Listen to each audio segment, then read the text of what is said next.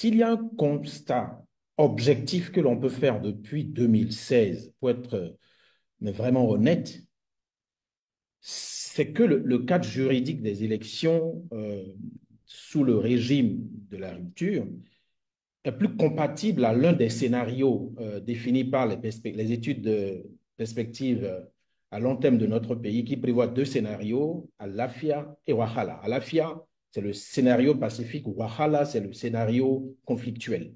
Le cadre juridique des élections au Bénin, depuis au moins 2018, est plus compatible au scénario Wahala. Et cela est paradoxal qu'au fur et à mesure que l'on s'approche de la fin des études de perspective à long terme de 2025, que le Bénin, au plan politique, soit plus proche du scénario Wahala que du scénario Alafia.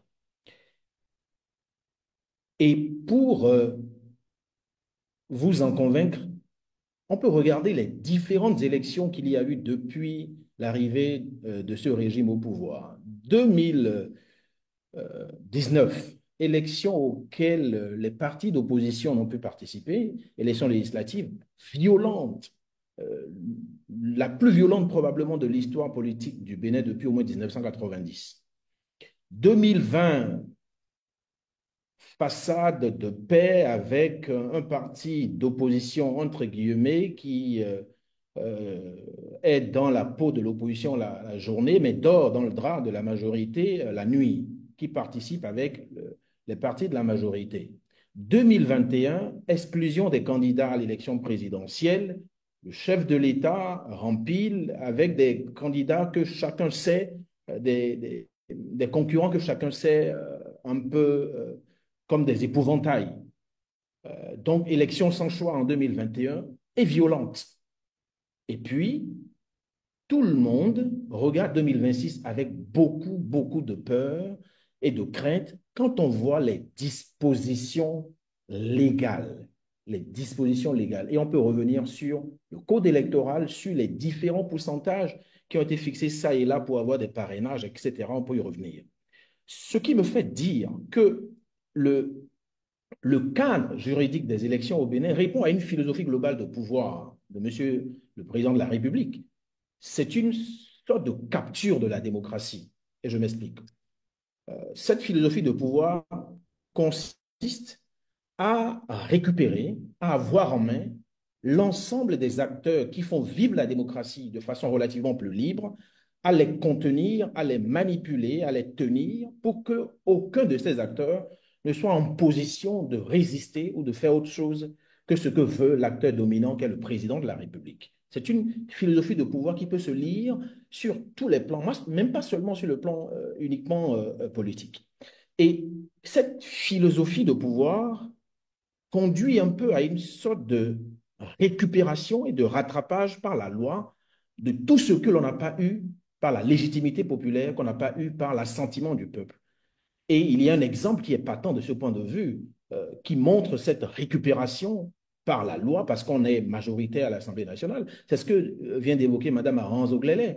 C'est la désignation des maires. Il n'aura pas échappé à beaucoup d'entre nous que les maires qui sont là, il y a une partie qui a été élue, et au moment où on sentait que les élections par les conseils communaux étaient des élections qui ne plairaient pas, en tout cas à l'acteur dominant, on a eu une suspension de la loi portant élection des maires pour aller revoir la loi à l'Assemblée nationale et dire maintenant que ce sont les partis politiques qui vont désigner les maires. Et puis, on peut aller plus loin pour observer, sur la base de cet exemple-là, que le cadre juridique des élections à l'heure actuelle montre quelque chose de formidable à analyser du point de vue politique. C'est qu'au fond, l'acteur majoritaire qui dispose, comme on l'a vu en 2019 jusqu'en 2023, de la totalité de l'Assemblée nationale et d'une bonne partie à partir de 2023, que cet acteur majoritaire est en permanence en conflit avec la loi. C'est-à-dire quoi? La loi qui est votée par la majorité présidentielle au bout d'un temps ne lui plaît pas, lui pose problème. Et donc retourne, touche, retouche, revient, se met à l'œuvre et se rend compte que la loi ne lui plaît pas et retouche. Donc, seuls comptent presque tous et comptent même la loi.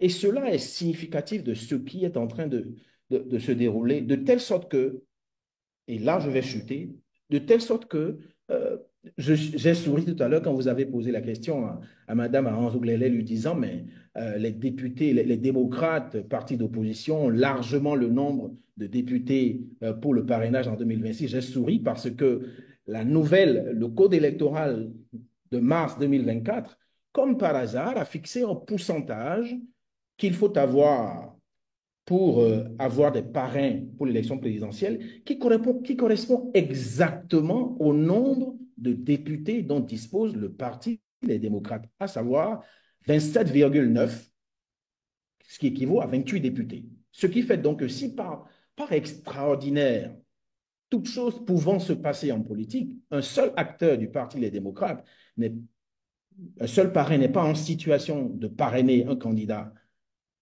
du Parti des démocrates, bien évidemment, les démocrates pourraient se retrouver dans une sorte d'impossibilité d'avoir un candidat en 2026, ce qui démontre à suffisance qu'on est dans une situation de capture de la démocratie pour, in fine, servir, je crois, on ne l'a pas assez dit, pour servir une seule personne. Et c'est là que moi je vais conclure, c'est que le cadre juridique des élections au Bénin est un cadre qui a été produit, élaboré, objectivement mis en œuvre à cause, à effet et pour un seul acteur, l'acteur majoritaire à l'heure actuelle, le président de la République.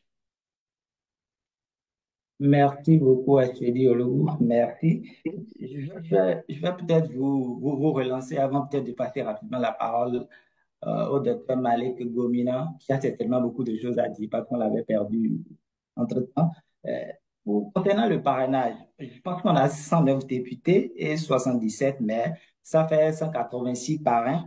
Est-ce que sur ces 186 parrains, elle a demandé 28 parrainages pour aller à la présidentielle? Est-ce que pour vous, est-ce que c'est vraiment trop demandé? Quand on voit le nombre de parrains en présence et le nombre qu'on demande pour aller à l'élection présidentielle, est-ce que c'est vraiment trop demandé? D'abord, moi je ne crois pas au parrainage, vu le contexte sociopolitique dans lequel nous sommes. Pour moi, le parrainage ressemble à ce que les Anglais appellent un fallacie. C'est quelque chose en trompe-l'œil. Mais il y a Parce d'autres pays, il y a d'autres pays qui l'expérimentent. La Côte d'Ivoire l'expérimente, le Sénégal l'expérimente depuis des décennies. Peut-être pour le Bénin, c'est pas un parrainage citoyen, mais il y a d'autres pays qui ont expérimenté cette forme de gouvernance-là et ça marche. vous avez commencé par répondre à ma place, parce que justement, au Sénégal et en Côte d'Ivoire, le contexte n'est pas le même. Et si vous regardez uniquement la loi, vous allez vous tromper sur ce que la loi ne dit pas. Il y a ce que la loi dit, mais il y a ce que la loi ne dit pas. Et il y a le contexte de production de la loi dont il faut tenir compte. Et j'ai envie de dire, les glorioles, les lettres de noblesse que le système démocratique du Bénin, rappelé par M. Emmanuel Kouabébé tout à l'heure, ces lettres de noblesse ont été obtenues sans le parrainage. Et M. Patrice Talon, lui-même élu président de la République, a été élu sans le parrainage. Pour dire, au fond, que moi, je n'y crois pas, de principe. De deux, c'est que, et cela est en même temps analogue à la question du nombre de partis politiques énormes que nous avons dans le pays, plus de 200 qui justifieraient les réformes que nous avons eu à faire.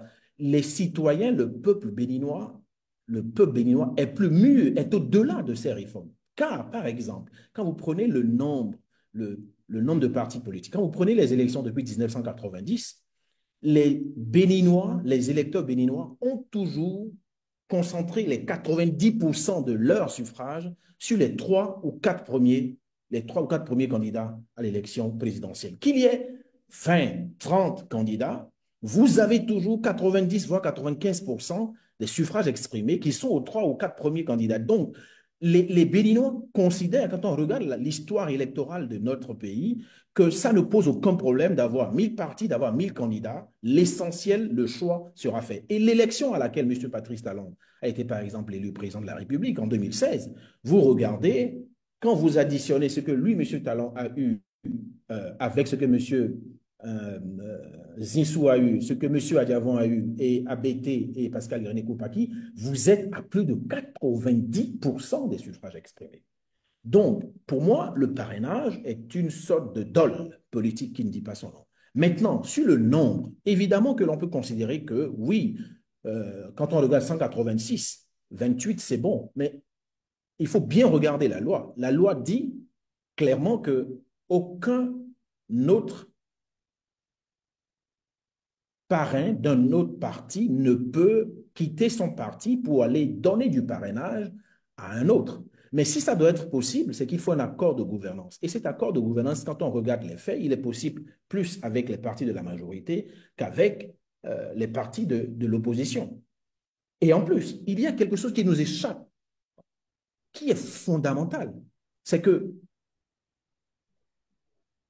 personne ne sait par quel calcul on aboutit exactement au nombre de députés correspondant à ce que les démocrates, le parti des démocrates se trouve à avoir. Donc pour moi, il y a quelque chose de je ne dirais pas de pas licite, mais quelque chose de